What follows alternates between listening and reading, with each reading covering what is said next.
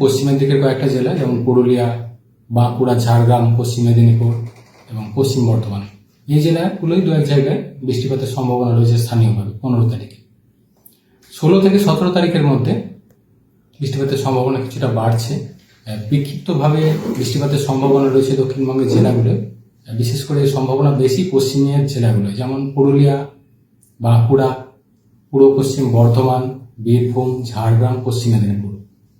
এই জেলাগুলো বৃষ্টিপাতের সম্ভাবনাটা বেশি থাকছে 16 থেকে 17 তারিখের মধ্যে। অন্যান্য জেলাগুলোতেও সম্ভাবনা রয়েছে, মেনলি হালকা থেকে মাঝারি ধরনের বৃষ্টিপাত, বজ্রবিদ্যুৎ সহ দু এক জায়গায় দমকা হাওয়া 40 থেকে 50 কিলোমিটার প্রতি ঘন্টায় থাকার সম্ভাবনা রয়েছে। 18 তারিখ থেকে প্রধানত শুষ্ক ওয়েদারই আবার থাকবে দক্ষিণবঙ্গে। 18 তারিখে দু এক জায়গায় বীরভূম, মুর্শিদাবাদ, মেনলি এই জেলাগুলো দু এক জায়গায় হালকা বৃষ্টির সম্ভাবনা থাকছে।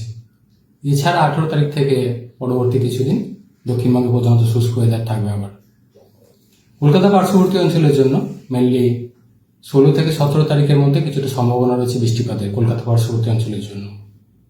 দিনের তাপমাত্রা আগামী 24 ঘন্টায় কলকাতা পার্শ্ববর্তী অঞ্চলের জন্য 35 থেকে 36 ডিগ্রি কাছাকাছি সর্বোচ্চ থাকার সম্ভাবনা, সর্বনিম্ন প্রায় 27 ডিগ্রি কাছাকাছি।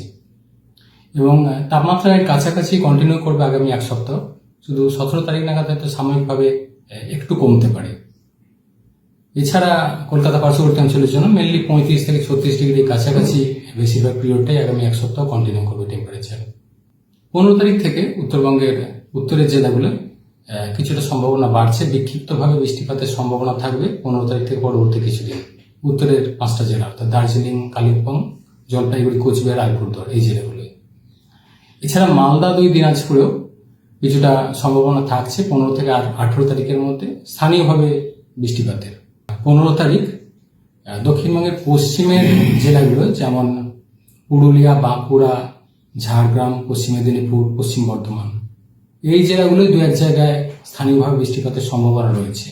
তবে তাপমাত্রা বেশির দিকেই থাকবে, গরম অস্বস্তিকর ওয়েদার কন্ডিশন অনেক জায়গাতেই কন্টিনিউ করবে।